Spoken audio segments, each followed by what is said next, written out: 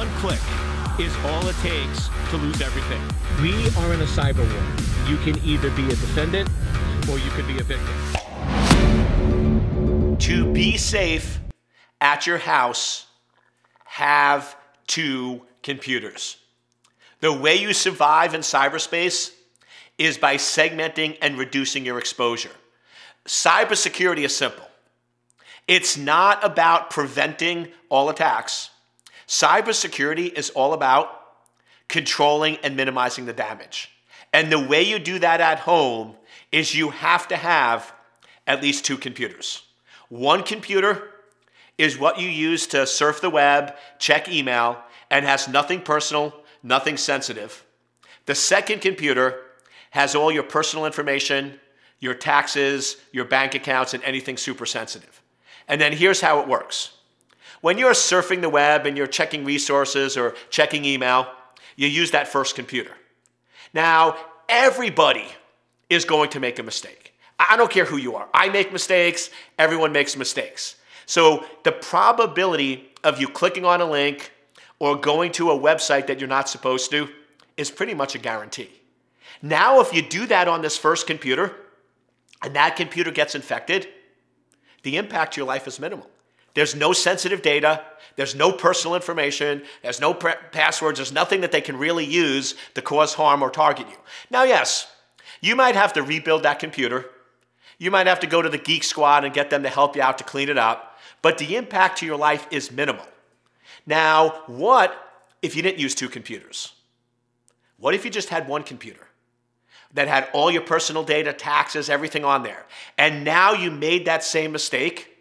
Now the adversary would have had access to all your bank accounts, your social security number, your personal identifiable information, all of your data, and now you have a major problem on your hand.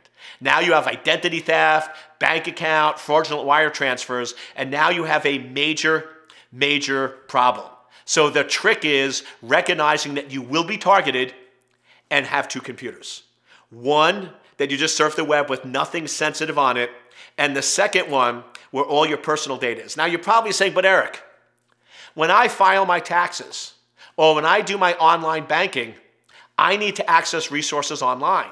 Yes, so what you do is when you need to do your online banking, you turn it on and plug into the internet, and you only go to that bank. You only go to that bookmarked bank site, or you use your smartphone. You have a separate smartphone that you do your online banking with.